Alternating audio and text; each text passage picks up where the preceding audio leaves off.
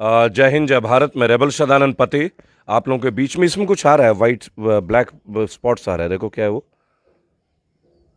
जी। नमस्कार दोस्तों।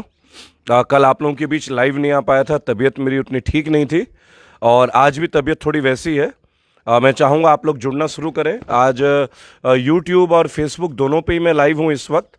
और राजेश, मैं चाहूँगा थोड़ा सा इसको नीचे कर देंगे क्या, हल्का सा यूट्यूब का कैमरा थोड़ा सा अगर नीचे आ जाए तो। लॉक कर रखा है बेटा आपने, लॉक। और थोड़ा सा हल्का सा ऊपर, हाँ, और थोड़ा ऊपर करो, हल्का, बस ठीक है। Thank you. आप लोग आइए, जुड़िए। एक तबीयत थोड़ी ख़राब रही है दोस्तों। बहुत सारे लोगों ने अपशब्द भी लिखे हैं। कई लोगों ने लिखा है कि मर जाना चाहिए। मैं ये समझ नहीं पाता हूँ कि अगर हमारी कोई विरोधाभास है, अगर हमारा कोई मनभेद है या मतभेद है उसमें, या हम किसी पॉलिटिकल सिस्टम के खिलाफ हैं, तो इसमें कोई किसी को मरने के लिए कैसे बोल सकता है? क्या देश का पॉलिटिक्स का स्तर इतना नीचे गिर गया है कि अगर हम किसी का विरोध करें, या खास तौर से अगर हम भाजपा का विरोध करें, तो बीजेपी आईटी सेल के लोग यहां तक लिख देते कि मर जाना चाहिए। किस बात के लिए मरना चाहिए?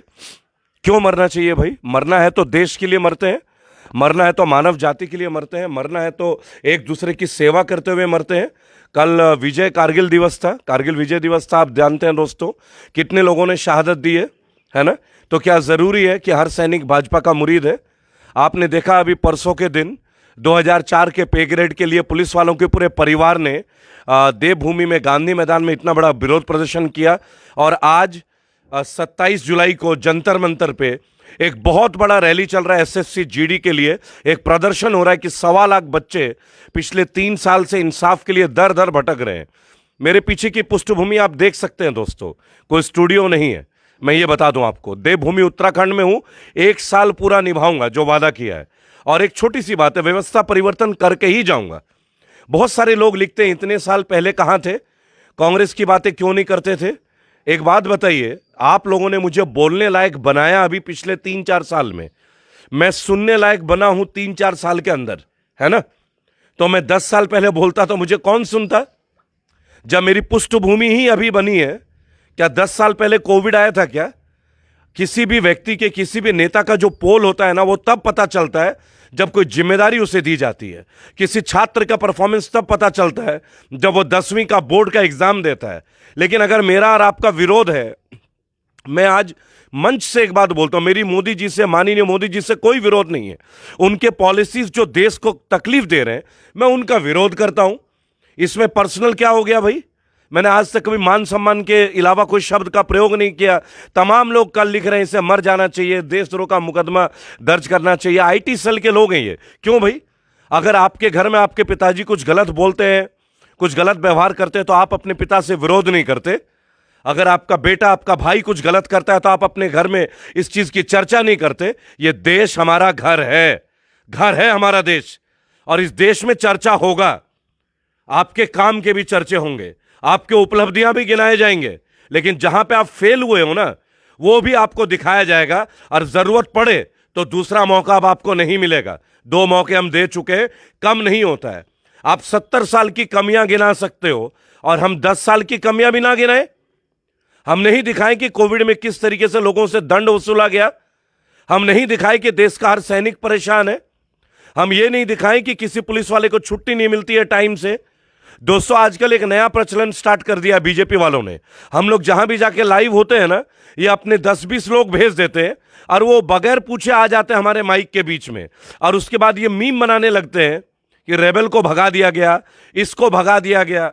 आप किसी को नहीं भगा सकते मेरे भाई। मैं आपको बता दूं, आपकी सारे मंसूबे, सारी मेहनत धरी की धरी रह जाएंगी, धरी की धरी। साधारण जनता को छेड़िए मत। आप लोग साधारण जनता को छेड़ रहे हो। अरे आपको अगर जरूरत है ना, तो विचार सुनने की जरूरत है, विचारों को जानने की जरूरत है। समझिए कि देश का मिजाज क्या है। अगर आपको देश का मिजाज समझना है ना दोस्तों, कल मैं आप लोगों को पेट्रोल पंप ले चलूंगा, आपको पेट्रोल पंप ले चलूंगा मैं, और देश का मिजाज समझाऊंगा। और ये अंधभक्त और बीजेपी आईटी सेल के तमाम जो चेले चपाटे हैं, उनसे पहले यह प्रश्न किया जाएगा। हर घर का व्यक्ति अपने बाइक, स्कूटर में या कार में तेल या डीजल तो डलवाते हैं ना। देश का मिजाज अब देश के लोगों के बीच में लाके दूंगा आपको। कल पेट्रोल पंप की यात्रा होगी दोस्तों, परसों सब्जी मंडी की यात्रा होगी, सुनिएगा मेरी बातों को। हम साधारण लोग हैं, हम साधारण लोग हैं, हम साधारण बात करेंगे, लेकिन जो असाधारण मुसीबतें हमें मिली है ना, उन मुसीबतों को उठाना अब जरूरी है। उसके अगले दिन बड़े बड़े अस्पताल के दौरे कराएंगे आपको। ये हमारा कैंपेन है। हम किसी पार्टी के मुरीद के लिए बात नहीं करते, क्योंकि आजकल एक प्रचलन हो गया दोस्तों, अगर भाजपा के विरोध में कुछ भी बोलो ना तो आप कांग्रेस के दलाल कहला दिया जाओगे, आप केजरीवाल जी के दलाल कहला दिया जाओगे। मैंने केजरीवाल जी से भी बोला है, क्या जुमले दे रखा है आपने? 300 बिजली यूनिट नहीं चाहिए, फ्री यूनिट किसी को क्यों बांट रहे हो? फ्री यूनिट रोजगार बांटो ना। आपने दिल्ली में कितने इंडस्ट्री लगा दिए, कितने जॉब दे दिया आपने? जॉब दीजिए, फ्री मत दीजिए। हम भारतीय, हमें फ्री का कुछ नहीं चाहिए। हमारे हड्डियों में खून भरा है, पानी नहीं है। गाढ़ा मेहनत कर सकते हैं, 24 घंटे काम कर सकते हैं। और जो लोगों को लगता है कि मुझे वायरल हुआ, इसे कोविड हो गया, कुछ लिखते हैं बीजेपी आईटी सेल का, तुरंत ही इन्हें सारी प्रॉब्लम बीजेपी शासित राज्यों में नजर आते हैं। मेरे भाइयों, आज देश में 80% नहीं 90% जो राज्यों बीजेपी शासित है, मेजॉरिटी ऑलवेज विंस। पढ़ा नहीं है क्या आपने? बहुमत की बात होगी ना। मैं माइनॉरिटी की तो बात ही नहीं उठा रहा, मैं तो मेजॉरिटी की बात उठा रहा हूं, आपके राज्यों की बात उठा रहा हूं। पेट में दर्द क्यों हो रहा है? एक चैनल वाले हैं वो हमेशा लिखते हैं, मैं आपको बताऊं, पहाड़ पहाड़ के नाम से अपने आप को प्रदर्शित करते हैं ये लोग। पहाड़ का नाम लिखने देने से आप पहाड़ के हो जाओगे? अच्छा, आपके आका कहां से आते हैं जरा बता दीजिए तो। आपके ओनर कहां से आते हैं जानते हैं आप? आप दूसरों की मिमिक्री करने में लगते हैं, दूसरों के बारे में टिप्पणी करते हैं। अपना घर झांकिए, यह देश सबका है, बांटने का प्रयास मत कीजिए। यही हूं, यही रहूंगा। हां, एक बात जरूर है, अटैक हो सकता है।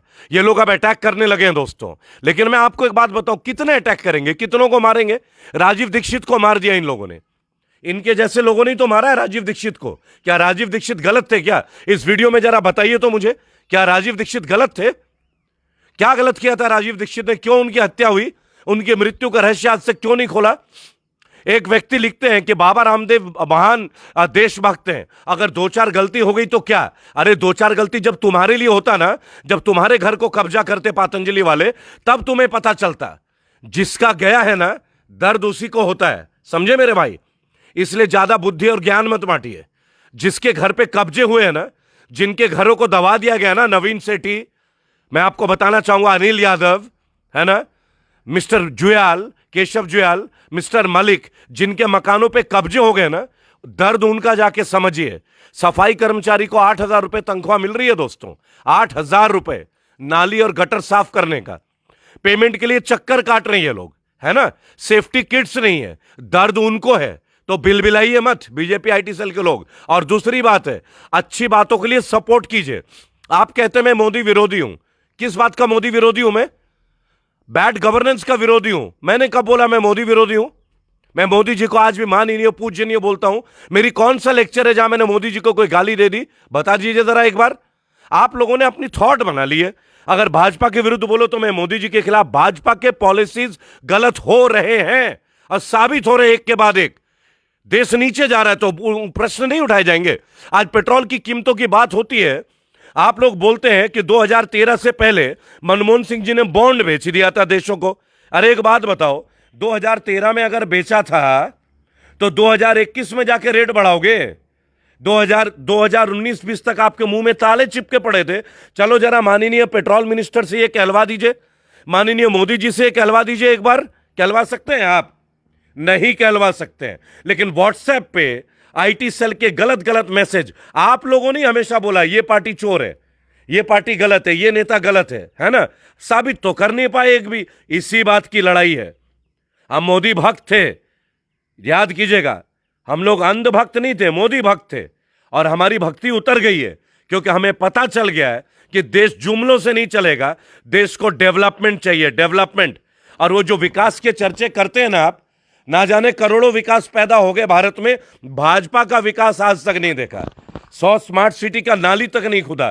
किस बारे में बात करेंगे आप लोग? लेकिन हां, आप जहां देखो, हम लोग जैसे लोग अगर कभी कोई विरोध करते हैं, आप बोलते हैं मैं एजेंडा चलाते हैं। मैं उस दिन पुलिस वालों के लिए गया, एक व्यक्ति ऑरेंज कलर का टी शर्ट पहन के बार बार मेरे माइक के पास आ जाए, और वहां पे 3 चैनल और हैं, ये भी मैं आपको बता दूं, यही उत्तराखंड के, जिनका एक टारगेट है, वो टारगेट है रेबल, कि किसी भी तरह रेबल को बदनाम करे, कर लो यार, खुल के कर लो और अच्छे तरह से करो। तुम जितना करोगे ना, और चर्चा भी मेरा ही होगा। तो मुझे जितना अनाप शनाप गंदा बोलोगे ना, वो चर्चा एक सच्चे भारतीय का ही होगा, क्योंकि मुझे तुम्हें कोई सर्टिफिकेट देने की जरूरत नहीं है। किसी भारतीय हिंदू को और भारतीय मुसलमान को अपना सर्टिफिकेट देने की जरूरत नहीं है कि बीजेपी के खिलाफ अगर कोई बोल रहा है तो वो देश विरोधी है, क्योंकि बीजेपी का मतलब देश नहीं है। अपनी विचारधारा बदल लीजिए। वैसे भी आप लोगों की सरकार अब हम बदलने वाले हैं, यह भी बता दूं। और मैं तो डिक्लेयर करके चलता हूं, डिक्लेयर करके। आप लोगों ने, किसी ने बोला राहुल गांधी पप्पू है, बराबर, किसी ने यह बोल दिया। और एक बात बताइए, कौन पप्पू है, कौन फेंकू है, कौन जुमलेबाज है, कौन बलात्कारी है, कौन से पार्टी के लोग सबसे ज्यादा झूठ बोलते हैं, कौन से पार्टी के लोगों के संसदीय क्षेत्र में काम नहीं होता, और कौन से पार्टी के नेता सबसे धन्यवान और जिनके अस्पताल पे अस्पताल बन रहे हैं, अब ये किसी को बताने की जरूरत नहीं है। ठीक है ना दोस्तों, सबको पता चल रहा है असलियत का, देश आपको देख रहा है। और आप में से कुछ लोग जो बोलते हैं ना कि हम विरोध नहीं करते, कौन कहता विरोध नहीं करता? हमने सबसे पहले आवाज उठाया कि सचिन पायलट को क्यों नहीं बना देते मुख्यमंत्री। दूसरी बात, मैं आज खुल के कहता हूं, नवजोत सिंह सिद्धू एक बेकार नेता है, जस्ट एक बेकार नेता, जिन्हें नेतागिरी नहीं आती है, केवल ड्रामा आता है। जो कभी कॉमेडी सर्कस करते हैं, आज जाके कांग्रेस में वो जहां भी जाएंगे ना, वहां घाटा ही घाटा होगा। ये वही नवजोत सिंह सिद्धू थे जिन्होंने राहुल गांधी को पहली बार पप्पू बोला। लेकिन अगर कांग्रेस उन्हें अब भी नहीं पहचान पा रही है तो पंजाब में हार निश्चित है, बता दे रहा हूं मैं आपको। अमरिंदर सिंह को किसी सिद्धू फिद्धू की जरूरत नहीं है। सिद्धू के ड्रामे अब खत्म हो गए, पंजाब को तोड़ने का काम हो रहा है। कल किसानों ने नवजोत सिंह सिद्धू को भगा दिया, समझ गए ना। डायलॉग से देश नहीं चलता, बड़े बड़े सगुफों से देश नहीं चलता, बड़े बड़े जुमलों से देश नहीं चलता दोस्तों। देश चलता है प्रशासनिक सेवाओं से। और मैं आपको बता दूं, वर्तमान में जो सरकार है ना, इनके पास देश चलाने के अफसर ही नहीं है, अधिकारी ही नहीं है, मैं आपको बताऊं। और कल को जब इनके सब कारनामे खुलेंगे ना, जब सत्ता परिवर्तन होगा, तमाम घोटाले आपको नजर आएंगे। तमाम हाईवे के घोटाले नजर आएंगे, किसानों के भूमि अधिग्रहण का घोटाला नजर आएगा। आप एक बात सोचिए ना, एक्सप्रेसवे सबसे ज्यादा उत्तर प्रदेश में बन रहे हैं।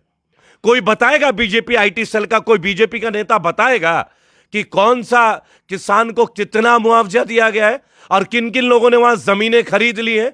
कोई बताएगा? जेवर एयरपोर्ट जो बन रहा है, गौतम बुद्ध नगर में एशिया का सबसे बड़ा एयरपोर्ट बन रहा है, वहां जमीन खरीद फरोख्त कैसे चल रहा है? वहां अवैध कॉलोनी दिन के उजाले में बन रहे हैं। और आपको वो वीडियो बहुत जल्दी प्रदर्शित करूंगा दोस्तों, सुनिएगा मेरी बात। उत्तर प्रदेश है ना, देश का नंबर 1 प्रदेश। आपको दिखाऊंगा कि जेवर क्षेत्र में अनाधिकृत और इल्लीगल कॉलोनीज बसाए जा रहे हैं।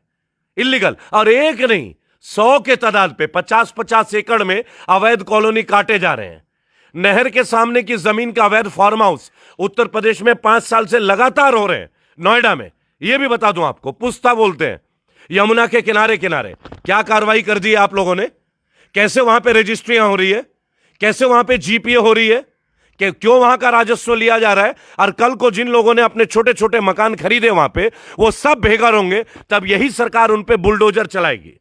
मैं आज आपको बता दूं, रायपुर में, देवभूमि उत्तराखंड में एक जगह पड़ती है रायपुर, सबसे ज्यादा मलिन बस्तियां वहां पे पाई गई हैं। मैं आपको यह भी बता दूं, क्या उनको नियमित कर दिया गया है? अगर 5 साल में नियमित नहीं किया गया, पहले 5 साल में आप इल्लीगल कॉलोनी बसा रहे हो, ठीक है, और अब आप जनता के बीच आके वोट मांगोगे कि हमने आपको कॉलोनी दिया है, अब हम आपको नियमित करके देंगे। क्या सरकार के पास ऐसा कोई तंत्र है जो इल्लीगल कॉलोनीज को आप लीगल कर देंगे? है हिम्मत तो आइए जनता के सामने जाके बताइए। हमारे मुद्दे ये होते हैं, तो खबरदार हमें देशद्रोही मत बोलें, खबरदार हमें एजेंडा वाले पत्रकार ना बोले। मेरा आपका विचार ना मिले कोई बात नहीं, लेकिन इसका मतलब हम एजेंडा पॉलिटिक्स नहीं करते। आज देश में कल्चर हो गया है। मीनाक्षी लेखी जी, बीजेपी के एक प्रवक्ता और दबंग नेता, बोलते हैं कि किसान नहीं मवाली है, उन्हें किसान में मवाली नजर आते हैं। अगर किसान मवाली है ना, तो आप क्या है Meenakshi Lekhi ji? What exactly are you and who are you damn it to call the farmers as मवाली? आपको क्या कॉन्स्टिट्यूशनल राइट है कि हमारे किसानों को आप मवाली बोलते? शर्म आनी चाहिए। इलेक्शन आप भी हारेंगे, अब हराया जाएगा आप जैसे लोगों को।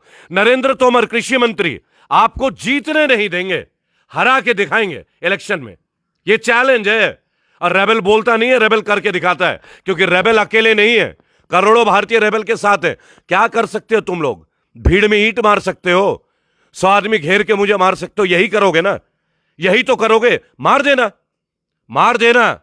मैं रुकूंगा नहीं, मैं नहीं रुकने वाला, पहली बात। और ना मैं मैदान छोड़ के भागता। मैं मैदान को इसलिए छोड़ के नहीं भागता, ये देश मेरा है और मैं इस देश का।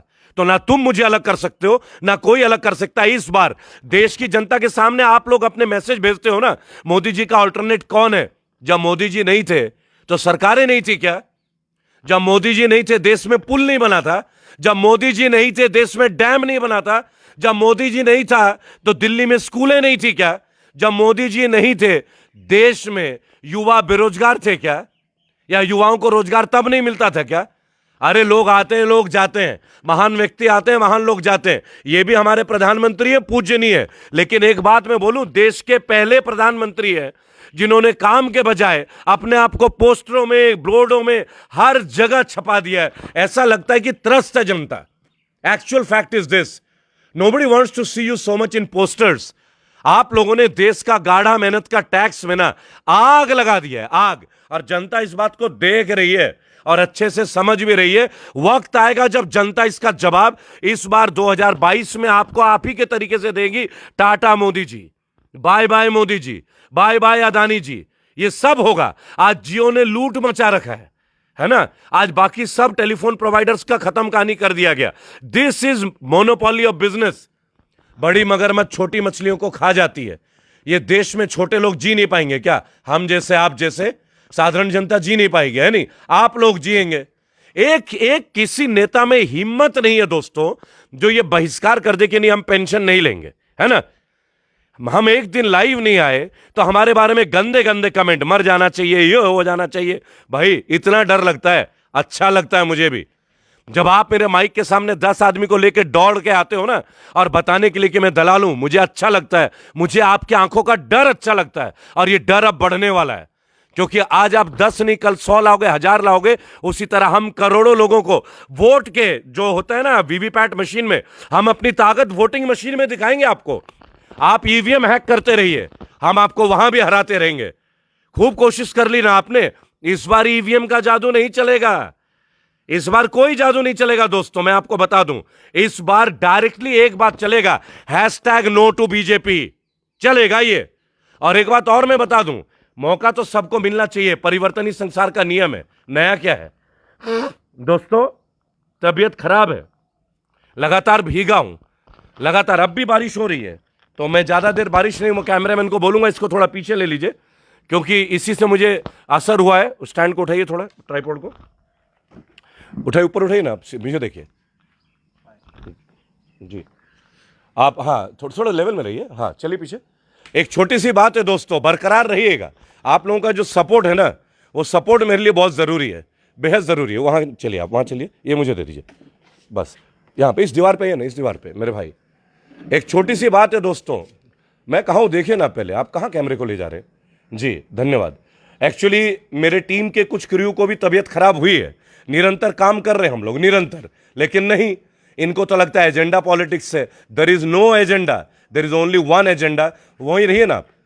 The agenda is to save, थोड़ा ऊपर कीजिए। The agenda is to save the nation.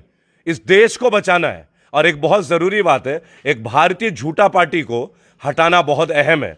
ना पेट्रोल पे काबू, न सब्जियों पे काबू, न टैक्सों पे काबू, न भीड़ तंत्र पे काबू, न कोरोना पे काबू। कोरोना के नाम पे thank you Modi ji, free vaccine. बता दें आपको बीजेपी शासित देशों में किस रेट में वैक्सीन बिक रहा है।